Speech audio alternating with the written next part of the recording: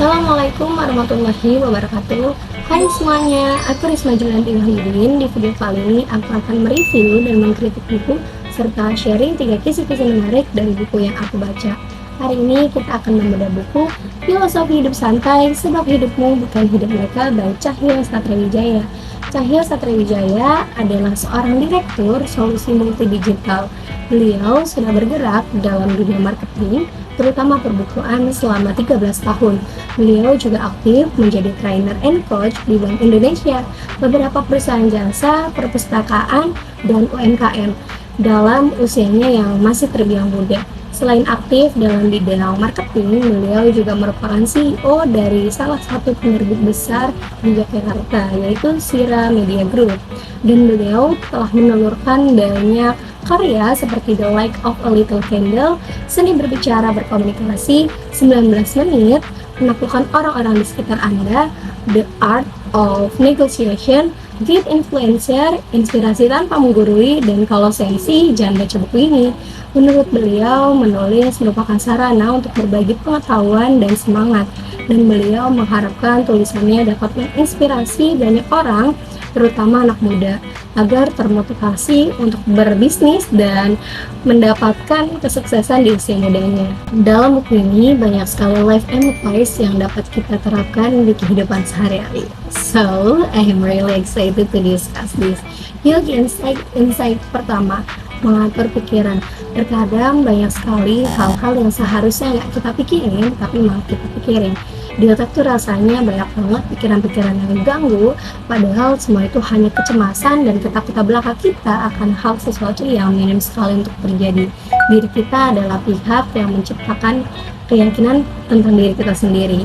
Ketika kita merasa dicintai dan mencoba hal-hal baru, kita baru percaya bahwa saya memiliki nilai. Namun ketika kita merasa tidak dicintai dan orang-orang mengatakan kepada kita bahwa kita tidak cukup baik, maka kita percaya bahwa saya tidak berharga atau saya orang yang jahat. Ketika pikiran kita mengacu pada hal-hal yang negatif, kita akan menjadi seperti apa yang kita pikirkan. Namun ketika kita memiliki hal-hal positif tentang diri kita, itu akan membangun rasa kepercayaan pada diri kita sendiri. Cara kita berpikir mempengaruhi cara kita berperilaku, dan itu akan berdampak pada emosi kita. Ketika kita memiliki keyakinan inti yang negatif, maka kita sulit untuk merasa nyaman terhadap diri kita sendiri.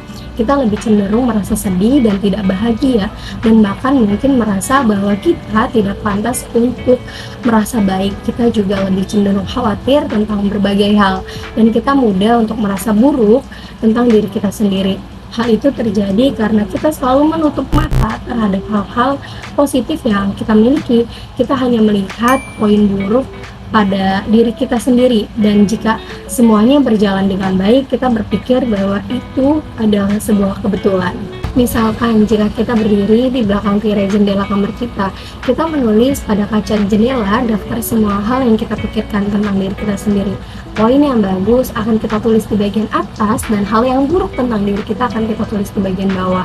Jika kita merasa memiliki harga diri yang rendah, seolah-olah tirai yang hanya kita lihat hanya setengah terbuka, dan kita hanya dapat melihat apa yang ada di bagian bawah, kita sulit untuk melihat poin bagus dalam diri kita sendiri, sehingga kita enggan menentang pikiran negatif tentang diri kita. Pikiran kita memiliki 2 komponen, yaitu fakta dan emosi.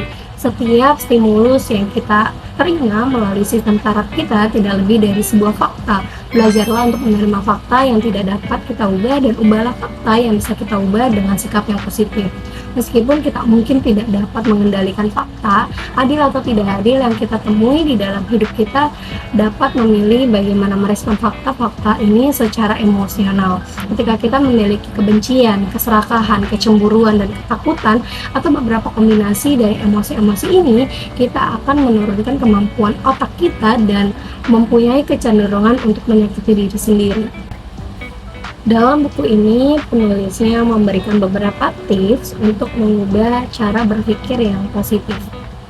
Kita memiliki rekaman semua pikiran dari tindakan positif dan negatif yang diprogram untuk membuat kita tetap berada pada situasi saat ini atau zona nyaman. Bagaimana kita berpikir dan bertindak pada hari ini itu hanya cerminan dari apa yang ada di dalam rekaman kita sebelumnya. Contohnya, ketika kita pergi tidur, otak kita sibuk memproses semua pikiran dan tindakan yang terekam sepanjang harinya. Jika kita melakukan sesuatu yang berbeda dari rutinitas biasanya, maka otak kita harus memutuskan untuk menerima ini sebagai perilaku baru atau menolaknya. Dengan kita menempatkan pikiran dan tindakan baru pada rekaman kita secara konsisten selama 30 hari atau lebih, otak kita akan menerimanya sebagai kebiasaan baru. Asumsikan pada diri kita sendiri untuk melakukan hal-hal yang positif dalam beberapa hari ke depan. Misalnya, kita benar-benar melakukan bangun pagi, merapikan tempat tidur, olahraga, mandi teratur 2 kali sehari, makan teratur 3 kali sehari, membaca buku, mencoba hal baru, dan lain-lain. Maka dalam waktu sekitar 30 hari kita mengembangkan kebiasaan yang baru, dan kemudian rekaman kita pun bekerja untuk kita, bukan melawan kita. Dan rekaman kaset kita akan menerimanya sebagai cara baru untuk meresponnya. Namun, jika kita melakukannya hanya dalam 1 atau 2 hari, kita akan kembali ke cara yang lama untuk merespon itu. Sebabnya, perubahan tidak pernah mudah. Setiap kali kita berusaha untuk mengubah apapun di dalam rekaman yang ada, yang kita punya, maka kita akan menghadapi pertempuran atau pertengkaran antara keinginan kita untuk berubah atau pemrograman rekaman kita untuk membuat kita tetap berada di zona nyaman. Waktu dan usaha yang kita habiskan untuk mengurangi emosi negatif dan meningkatkan emosi positif dalam diri kita, dalam rekaman kita, akan menentukan seberapa besar kita dapat meningkatkan kebahagiaan. Bukankah menyenangkan untuk bahagia sepanjang waktu dan hidup dengan kebahagiaan yang terus-menerus? Insight kedua, tetap tenang dalam menghadapi masalah. Seperti yang kita tahu, masalah merupakan hal yang sangat dihindari oleh setiap orang. Karena faktanya masalah di hidup kita itu nggak akan pernah habis, melainkan cuma berganti atau jadi lebih besar aja. Nah, untuk menghadapi masalah-masalah ini, penulisnya memberikan saran kepada kita untuk tetap tenang dalam menghadapi masalah. Ketika kita memiliki banyak hal yang harus kita hadapi, mungkin kita enggan untuk memikirkan semua itu. Namun, makin kita menghindari hal itu, maka pikiran kita menjadi lebih buruk.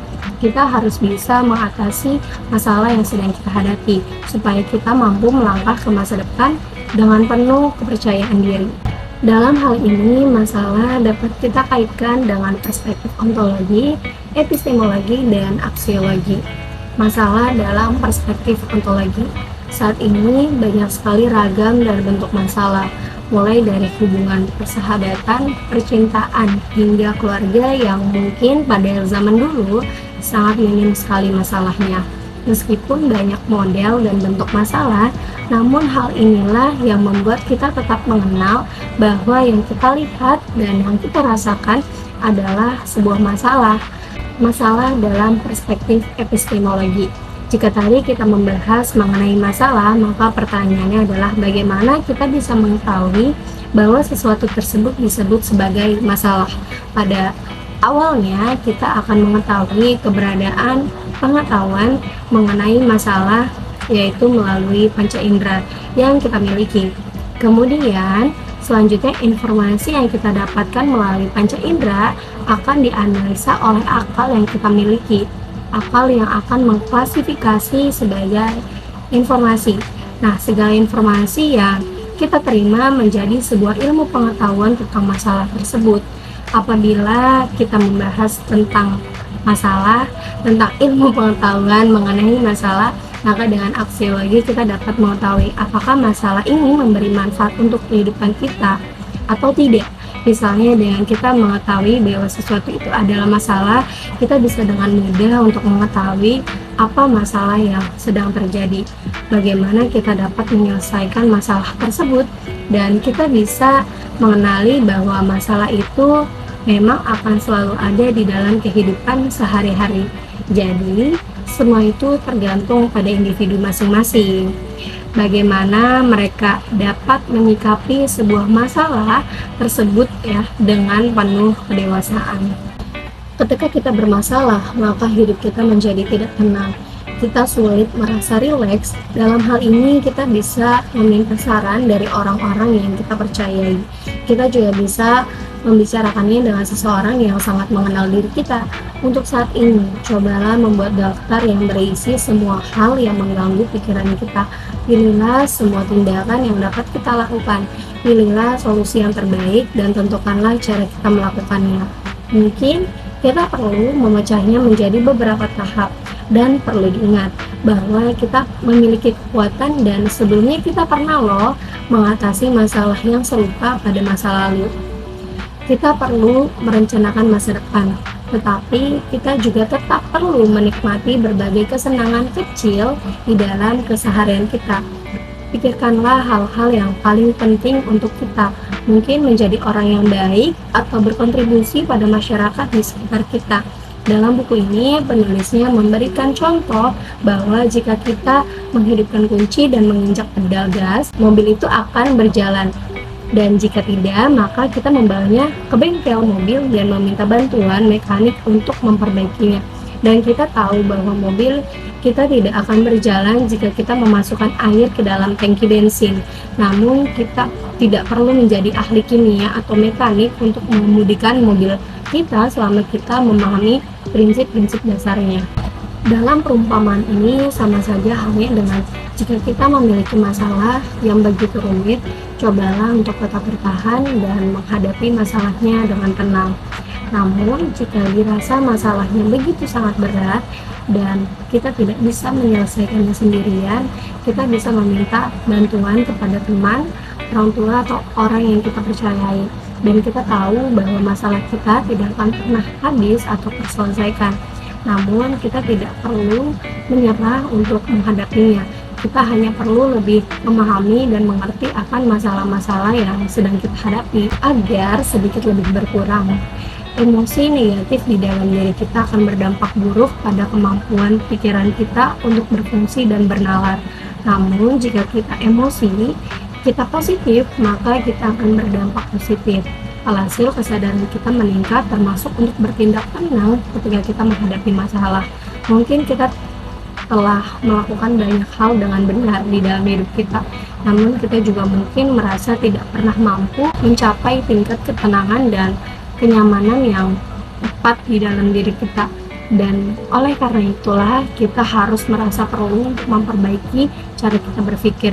Jika kita fokus pada pola hidup yang positif, maka kita akan memiliki dunia sendiri yang lebih baik. Kemudian kita dapat mengajak orang lain maupun orang-orang terdekat kita untuk mendapatkannya. Ingatlah bahwa jika hanya ada sebagian kecil orang yang selalu jujur, positif, dan membantu orang lain, maka dunia kita tidak akan banyak berubah menjadi lebih baik. Kita harus mengajak banyak orang untuk bersama-sama hidup dalam suasana yang positif. Insight ketiga, mencintai diri sendiri. Mencintai diri sendiri bukanlah sikap yang egois. Kita sering diajarkan bahwa memprioritaskan diri sendiri atau kebutuhan kita adalah egois, dan kebiasaan kita adalah harus memfokuskan energi kita kepada orang lain. Namun, jika niat kita positif untuk semua orang termasuk diri sendiri, maka kita tidak perlu takut memilih kegiatan positif di mana kita dapat berpartisipasi termasuk dengan tindakan mencintai diri sendiri. Banyak sekali manfaat positif yang dapat kita peroleh jika kita mencintai diri kita sendiri. Mencintai diri sendiri berarti mencintai semua aspek diri kita, yang baik maupun yang buruk. Kita tahu bahwa kita memiliki kekurangan, dan kita harus bisa belajar menerima kekurangan tersebut sebagai bagian dari mencintai diri sendiri. Menjalani kehidupan sehari-hari dengan mencintai diri sendiri akan meningkatkan harga diri dan kebahagiaan untuk diri kita. Walaupun di hidup ini tidak ada orang yang bahagia sepanjang waktunya, pasti ada kalanya kita akan merasa emosi, tetapi kita tidak harus tinggal di dalamnya untuk waktu yang lama. Suasana hati kita dapat diubah dengan mengubah pikiran kita sendiri. Pikirkanlah apa yang kita nikmati, apa yang membuat kita tertawa, dan hal-hal seperti apa yang membuat kita tersenyum. Sebagai makhluk sosial, kita senang untuk bersosialisasi, namun kita tetap perlu meluangkan waktu dan menikmati hal-hal yang membuat kita senang, sehingga kita dapat merenungkan bagaimana perasaan kita sendiri. Kita juga harus memberikan waktu untuk melakukan hal-hal yang meremajakan kita. Hal ini biasa dikenal dengan me time.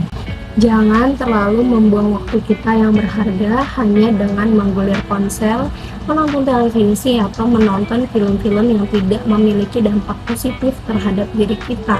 Luangkanlah waktu walaupun hanya beberapa menit untuk melakukan beberapa kegiatan positif yang mampu membantu kita untuk mengelola emosi kita sendiri. Kita tahu bahwa diri kita ini tidak bisa begitu saja langsung mampu mencintai diri kita sendiri. Kita harus terlebih dahulu menghilangkan kebiasaan buruk yang menyebabkan kita bersikap tidak baik terhadap diri kita sendiri. Itu adalah proses yang membutuhkan waktu dan komitmen. Komitmen pertama yang perlu kita bangun adalah ruang yang aman. Mencoba peluang baru, berkomitmen untuk mempersempit fokus kita, dan hal yang paling penting adalah berkomitmen pada diri kita sendiri. Bagian penting dari mencintai diri sendiri adalah mempertahankan diri kita pada standar yang masuk akal. Kita harus mengakui bahwa beberapa hari ke depan kita akan menjadi lebih baik dari yang kemarin. Kita harus sering memeriksa kondisi emosi kita sendiri sehingga kita dapat mengenali suasana hati kita dan belajar untuk menerimanya. Cobalah untuk jujur kepada diri sendiri, sesuaikanlah keadaan emosi kita sehingga kita dapat bertindak dan merencanakan tindakan-tindakannya dengan tepat. Serta sediakanlah waktu untuk diri kita sendiri. Di sini penulisnya memberikan langkah-langkah untuk mencintai diri kita sendiri dengan cara yang sederhana. Yang pertama, tidur yang cukup. Tidur merupakan hal yang sangat penting, tetapi seringkali terabaikan. Menyeimbangkan aktivitas dan tanggung jawab yang kita miliki justru dapat menyebabkan kita tidur larut malam dan dapat menguras semua energi kita. Padahal mengorbankan waktu tidur kita mempengaruhi kesehatan mental kita. Yang kedua, yaitu bicara kepada diri sendiri. Selama bertahun-tahun kita lebih mendengarkan semua orang dan mendengarkan suara mereka di dalam pikiran kita. Dan untuk saat ini, cobalah untuk menemui pikiran kita sendiri tentang siapa kita dan coba temukanlah hal-hal positif tentang diri kita sendiri. Hal ini akan membuat kepercayaan diri kita ketika kita melihat diri kita yang sebenarnya. Yang terakhir, cobalah untuk memaafkan diri sendiri. Kita sadar bahwa kita membuat kesalahan besar maupun kecil pada diri kita, namun hidup akan terus berjalan dan begitu pun juga kita. Memaafkan diri sendiri akan memungkinkan kita untuk merenungkan tindakan kita dengan kebaikan, empati, dan dukungan untuk memaafkan diri sendiri atas apapun yang terjadi.